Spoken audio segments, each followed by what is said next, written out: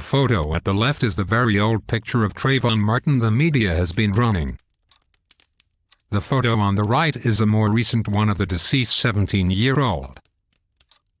George Zimmerman's side of the story, funny how nobody waited for that, can be found here.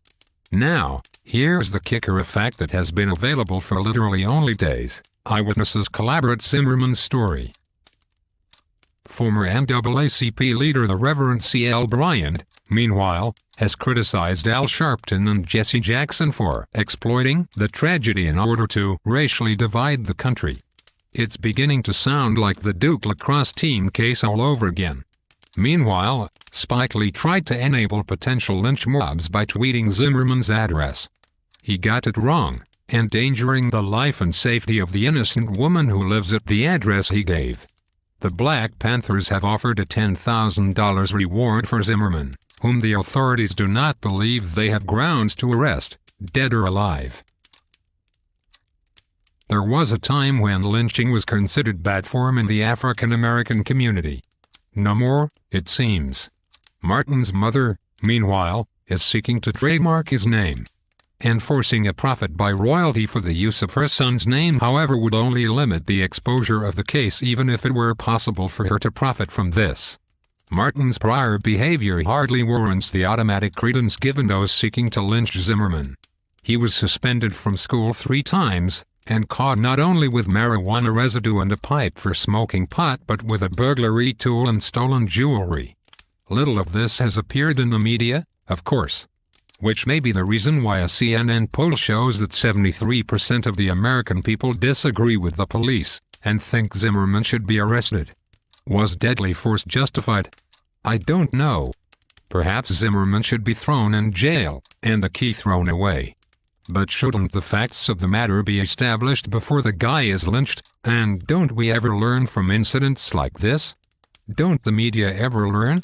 I cannot read or watch the news without hearing more about the story of the tragedy of Travon Martin, who was shot and killed because he was walking the streets late at night with a hoodie on, by a man who was patrolling the neighborhood.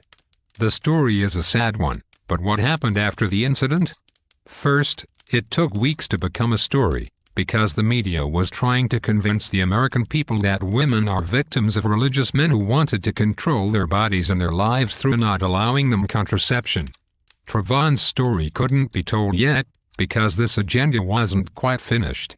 The media always use political expediency to further their agenda, so Travon was inconvenient for the Obama administration until the dust settled on the contraception debate. The new Black Panthers placed a bounty on the head of the man who killed this young boy, and were quoted as saying, "Eye for an eye." Spike Lee and his gangs, thinking they had the house of the killer, harassed an elderly couple so severely they had to leave their home and sleep in a hotel. But later, Spike Lee and his coward thugs realized they terrorized the wrong house. Later, Spike Lee gave a half-hearted apology by way of a single tweet. In North Miami Beach, dozens of minority high school students ransacked a Walgreen store, stealing and damaging items, in protest. How is this protest? Did the shooter of Travon buy bullets at Walgreens beforehand? These high school kids don't care about Travon. Neither do the racist new Black Panther Party, or the self-appointed black leaders Al Sharpton and Jesse Jackson.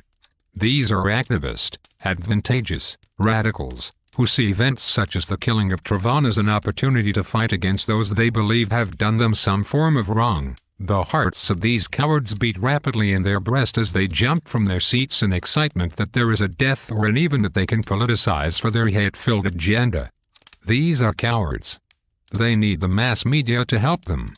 They need young ignorant kids to help them.